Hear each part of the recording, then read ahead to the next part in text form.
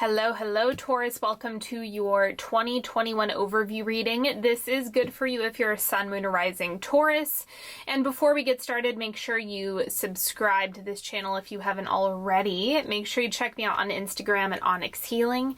And for those of you who are wanting to go deeper into your intuition, maybe focus on a specific area of your life for 6 weeks and source your own guidance, I am hosting a 6-week class for Cosmic Council. That's what it's called.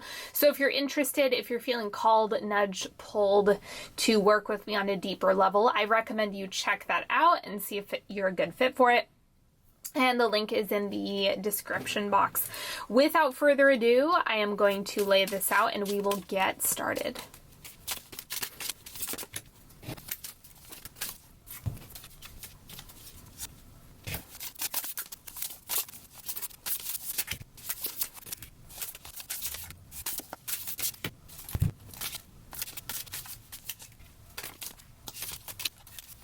All right, let's start with your oracle cards. First thing, ripe fruits. So this is truly enjoying the fruits of your labor, okay? If you've been putting in the effort, the work, the applied, the aligned action, whatever you've been doing to build where you're at now, it's kind of like either take a break or enjoy yourself, not the whole year of 2021. I'm just saying, get into the energy of being able to relax and just reap the benefits of what you've created rather than trying to sprint towards a mountain peak that doesn't actually exist, right? Life does not have a singular peak, in my opinion. I think it's just a continuation of reaching peak after peak after peak in different capacities. So this is about being present and enjoying what you've created. And then we have raccoon. Okay, so there's like scavenger energy, right? So the main thing that I'm getting from this card is really decreasing scarcity and dismantling all of the contraction around not enough or having to fight and scrap your way to solutions or any fragments of that is left over. It seems like you're really dismantling those because I'm getting imagery of like a desperate raccoon that's starving and digging around in the trash, right? Like that's the energy of scarcity itself. And so for you, it's about taking a close look at that energetic pattern. If you're feeling like you're not enough, it's not enough, there's never enough, never enough, never enough, never enough. Any threads of that are still in existence, really working on releasing those, saying goodbye, acknowledging and releasing, and then just sitting in the abundance of what you have created up until this point and that you're continuing to create. And then we have touch. Get a massage or visit an alternative healer. Hold a healing crystal or stone. Honor your physical experience by exploring the richness of sensation. Be embodied. Yeah, so sensation is going to be very healing for you this year. Physical touch is probably going to be really important for you, so don't slack on that. I know there's a lot of programs in the collective that are like attaching fear and touch, despite skin-on-skin contact being a very human, it's a primal need to have skin-on-skin contact. And so I know that there is a fear paradigm around that right now, but just understand that touch is something, sensation and somatics are going to be a really powerful component in 2021. Okay, now we have a timeline for second, third, and fourth quarter of 2021. So the first quarter, we have it. I can't make this up, okay? How am I so good? How are my readings this good? How? Because what I was going to say is that this has Nine of Pentacles energy, and that's the first thing that comes through is the Nine of Pentacles. Once again, enjoying the fruits of your labor, getting into, I've done my part, right? You've met the universe halfway. Now relax into that. There's always the next goal. There's always the next peak. but don't dismiss what you've created and how far you've come. So it's like really marinate in that and know that by doing this, it gives you more reasons to celebrate, more reasons, and abundance will compound from this energetic pattern. So if you're still holding on to, I need to fight and scrap and dig around in the trash and act from desperation, you're not unlocking this. Okay, this is what wants to blossom. And then we have the Fool. Maybe it's a new thing for you, or maybe you're just used to practicing the scarcity, right? Or practicing not being able to relax. It's like jump into the new experience and the new feelings that you desire. Let's look at the second quarter. We have the Nine of Wands. This is a very hot card in terms of temperature, like what energetic temperature you're running. And so during the second quarter, I'm getting a lot of inspiration and drive, okay, to go and move on to something else or start something else, or moving really quickly into something. Bear in mind, the Nine of Wands can kind of be a little bit fumbly, like you might be fumbling around with things just because of the desire for things to go fast. So the way to temper this is to be more present and intentional, right? If you're doing things fast, you don't want to speed and rush into something and then have to go and correct mistakes later. So intentionality over speed is what you want your focus to be, because it's already a lot of momentum. You don't actually have to rush in order to create more momentum. That's already done. That's already the energetic pattern here. The intentionality is what will help you mitigate any snags, any bumps in the road. And then to clarify this, we have the Four of Cups. You have to say no to things that are not in alignment with you. If you're saying yes to everything just because you're being offered, you're going to fall out of alignment. It's not going to feel good. Maybe temporarily it might feel good to say yes, but you might need to take some time to think about it or really honor your body saying no. Right? Think about the somatics of that. What does your body have to say about it? And know that that will also contribute to you moving faster. Saying yes to things that are out of alignment will bog you down, time-wise, speed-wise, energetics-wise. Third quarter, we have the Queen of Cups. Emotion, feeling, right? This is Venus energy. Let me pull the clarifier. We have the Eight of Wands. It's a very fast-moving year, but it's tied up into feeling, sensation, emotion. That's the game that you want to play. This is not reading as a practical year. It's not practical. It's very sensation-based, and being able to look at what you've created with an open heart is essentially what I'm getting. So you don't hustle and speed or results are not related. You can link them together in your mind, but I want to be very clear that rushing does not make things move faster. Alignment does. Feeling does. Sensation does. Okay, and then the fourth quarter, we have the Two of Cups. Think about union with either a desire, a person, a project, a mission.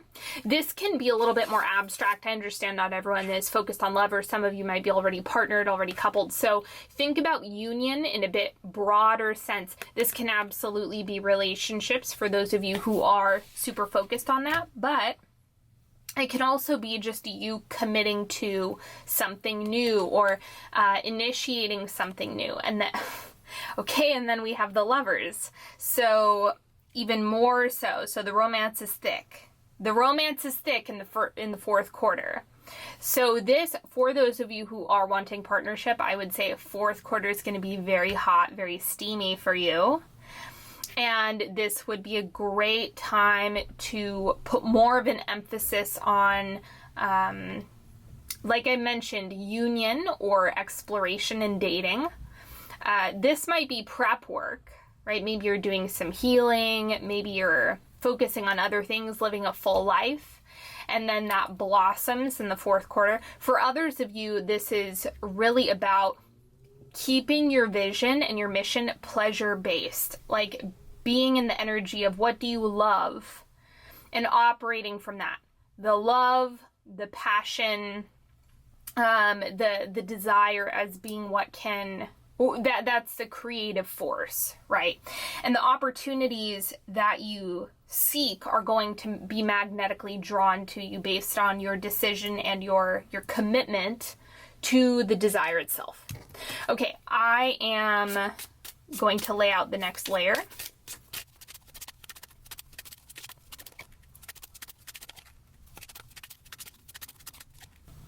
Okay, now this is not a 3-card pick. We have love and relationship, money in the material realm, and then what's growing and expanding for you. Now, a quick note on this card: if love is not your focal point, you can think about this as relationships as a whole. The Tower.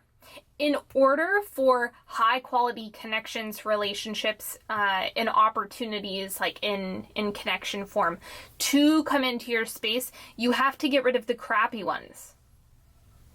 Pay attention to how you are feeling and what version of yourself comes out around different people. Right? And one of the best metrics that I use personally to see who's a good fit for me and who's not is, who do I become? Who do I become when I'm around that person? Do they bring out these really awful parts of me where I'm like, whoa, I do not like that side of myself, that emerges when, someone pushes my buttons in that way? And I want to be clear, it's not about making the other person responsible, right? But just there are certain people that you might not be your best self around, and that's really important to pay attention to. Right, taking full responsibility for your experience, your buttons, your triggers, and your state. But knowing that not everyone is going to bring out the best in you, even if you can see like the purity within them, right? You can see the goodness in someone and still recognize they may not be good for you. So it's about holding both of those things at the same time and just navigating from that space. So it's kind of like the 4 of Cups, with just because an offer is made doesn't mean it's the right one, doesn't mean you need to say yes to it. This can even be like professional connections, right? If you're offered something that doesn't feel aligned in a relationship context, or romantic or dating or professional relationship context, it's important to say no, and it's important to release the stuff that is bogging you down. Really take this seriously. In the money material realm card, we have the 4 of Cups. Yeah, saying no and trusting the sensations, trusting the body is going to be really helpful this year.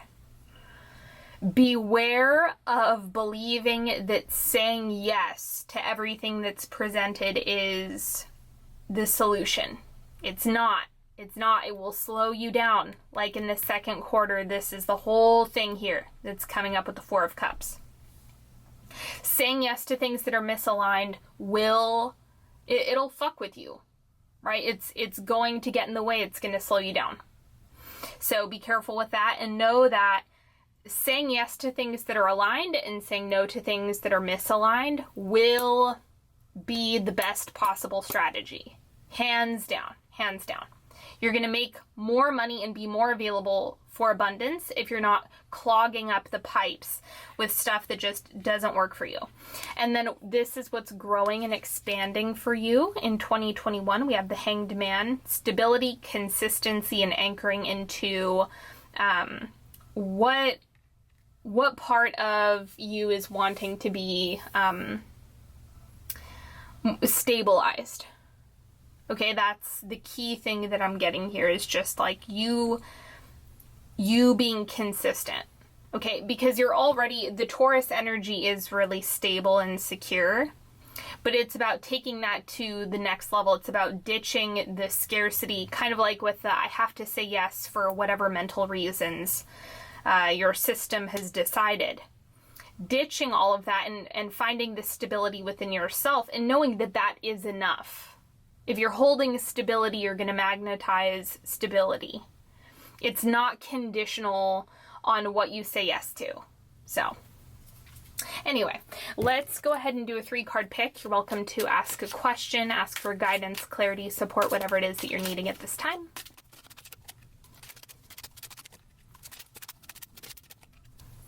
If you need more time, pause the video. Card number 1. The Emperor, divine masculine, Mars energy, boundaries. Say no. No.